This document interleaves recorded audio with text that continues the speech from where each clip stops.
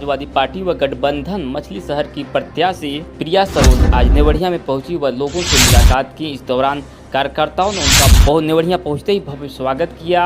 कार्यक्रम के दौरान काफ़ी संख्या में समाजवादी पार्टी के कार्यकर्ता व पदाधिकारी रहे मौजूद। साथ ही साथ मछली शहर के पूर्व सांसद तूफानी सरोज भी रहे मौजूद। आपको बता दें कि समाजवादी पार्टी व गठबंधन की प्रत्याशी प्रिया सरोज पूर्व सांसद व वर्तमान विधायक के राकर तूफानी सरोज की किन किन क्षेत्रों में भ्रमण हुआ है और लोकसभा चुनाव को लेकर क्या कहेंगे?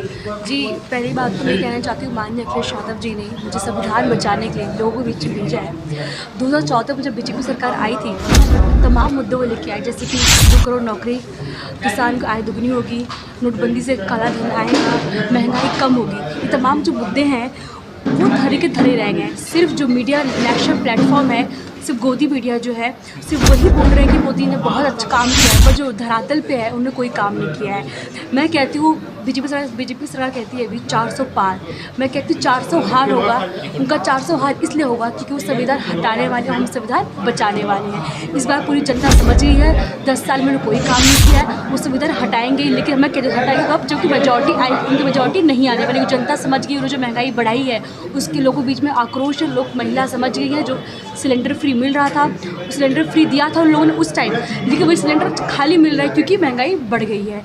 लोगों के बीच में ये भी मैसेज जा रहा है कि जो शिक्षा भर्ती में लोगों ने अन्याय, दलितों पिछड़ों से उन्होंने जो न्याय किया था, जो उसकी न्याय लड़ाई करने के लिए मैं आगे बढ़ूंगी। और साथ ही साथ ये जो 400 पार का नारा है, ये सिर्फ नारा ही है, क्योंकि असलियत में ये है कि विपक्ष कहीं ना कहीं वो डर गए हैं, इसलिए 400 पार कह रहे हैं, पर उनको 400 हार होगा क्योंकि ग्राउंड लेवल पे कोई काम नहीं हुआ है।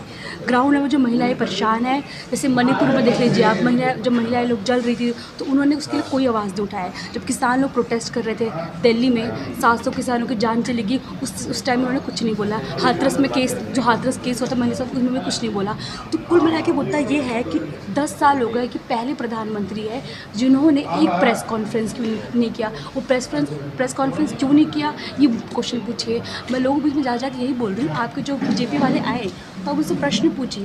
प्रश्न ये पूछिए कि आपने मेरे लिए क्या किया है, आपने मेरे बच्चों के लिए क्या किया है, आपने मेरे बच्चों की शिक्षा के लिए क्या किया है, आपने कितने स्कूल हॉस्पिटल्स बनाए। आप उनसे प्रश्न कीजिए कि आपके पास अधिकार है प्रश्न करने का।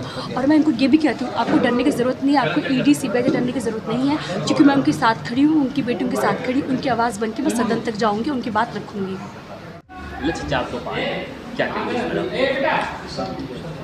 ये भारतीय जनता पार्टी जुमलेबाज पार्टी है।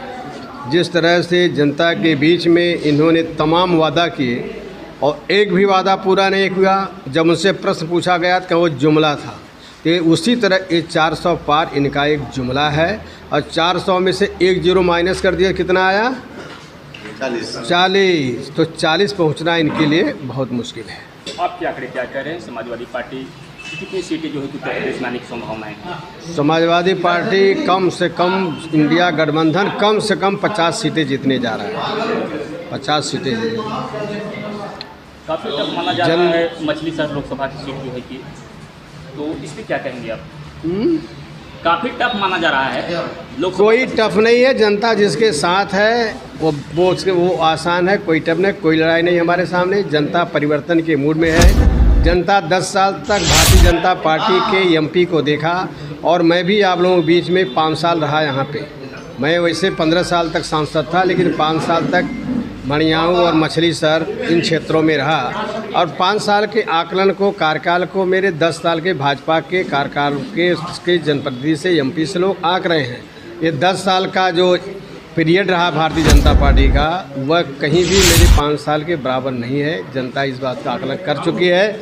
अब जनता परिवर्तन के मूड में है। भारतीय जनता पार्टी किसी भी बहकावे में, किसी जुमले में फंसने वाली नहीं है। ये प्रिया सरोज को पूरा मछली शहर लोकसभा में अभूतपूर्व समर्थन मिल रहा है, सहयोग मिल रहा है। इसके लिए मैं अपने राष्ट्रीय अध्यक्ष माननीय अखिलेश यादव जी को बहुत बहुत धन्यवाद दूंगा। उन्होंने जनता की भावनाओं को देखते हुए प्रिया सरोज को प्रत्याशी बना करके मछली शहर लोकसभा में भेजा है।